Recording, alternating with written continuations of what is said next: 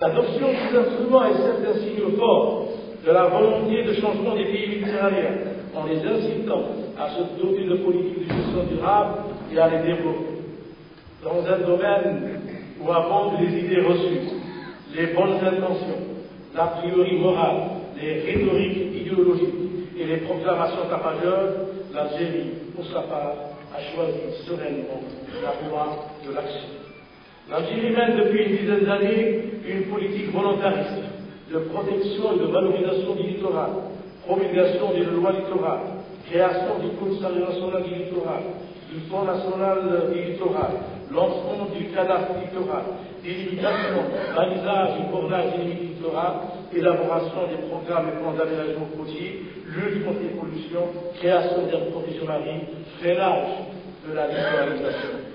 L'Algérie, mesdames et messieurs, a adopté en 2002 la loi relative à la protection et à la valorisation du littoral, aux côtés d'autres lois, comme la loi sur l'eau, qui s'inspire dans les principes de gestion intégrée des zones côtières, instauration d'une approche intégrée, préservation de toute urbanisation, zone de non-identifiant dit des 300 mètres, garantie de libre accès au rivage par l'établissement de servitude de passage, fenêtre de 5 km pour permettre le passage des citoyens et des populations, prévention contre toute forme de pollution, protection des espaces sensibles et de la biodiversité, élaboration de programmes de déploration locaux.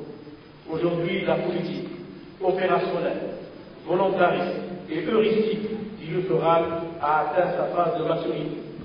Mais il faut dire sans doute que beaucoup reste à faire. Au niveau institutionnel, la mise en place du Commissariat national du littoral, doté d'une antenne dans chacune des 14 wilayas, permet la mise en œuvre progressive d'une politique concertée avec les élus, avec vous, messieurs les élus, avec vous, messieurs et mesdames, les membres des associations, mais aussi avec les médias, dans le cadre des conseils de coordination côtière, de protection et de valorisation du littoral. Et ceux sont tombés dans l'illusion communautaire, car toute concertation doit par définition être interactive, distributive, parce qu'il y a un problème d'équité, mais également adaptative, parce qu'il faut progressivement s'adapter à toutes les évolutions qui existent au niveau du littoral. Parallèlement, des financements spécifiques sont graduellement mobilisés par le gouvernement à travers la mise en place du Fonds national de protection du littoral. La délimitation et le bornage du littoral, la limitation et l'extension des agglomérations et le maintien de fenêtres sont des restrictions importantes de la loi littorale.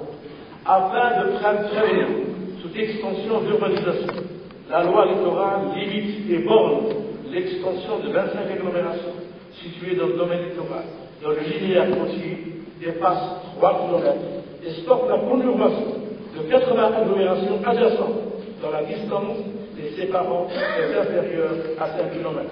Dans le même temps, un important programme d'épuration des eaux usées d'une capacité de 600 millions de occupants a été lancé dans le cadre de la mise en œuvre du schéma directeur de l'eau et de l'assainissement visant à assurer le traitement de 90% des effluents à l'horizon 2014. Je voudrais que la police, M. Sendal, nous dise de aujourd'hui,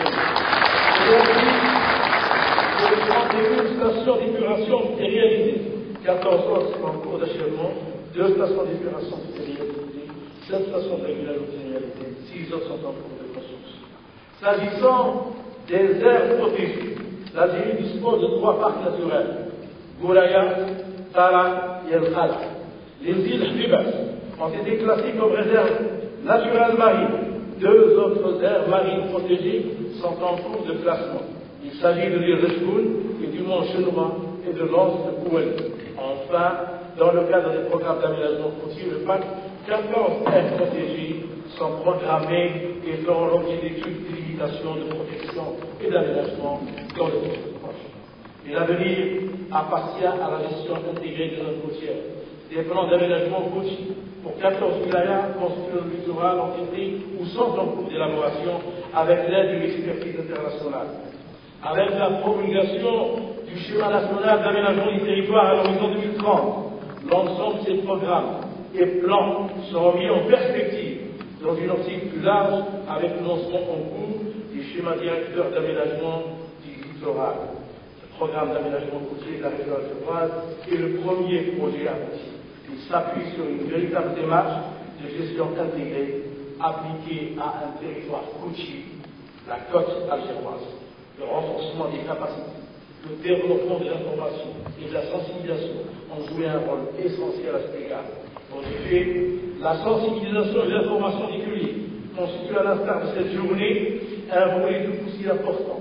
La réalisation en cours de 3 musées marins à Oran, Tifaza, à Nada et de 41 maisons de l'environnement et du développement durable d'Adoulia permettra de disposer d'un outil privilégié d'information des publics et d'éducation quant aux richesses du milieu naturel marin.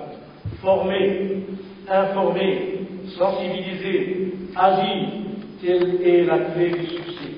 Partager avec les pays riverains de la Méditerranée, du Nord et du Sud, une vision régionale.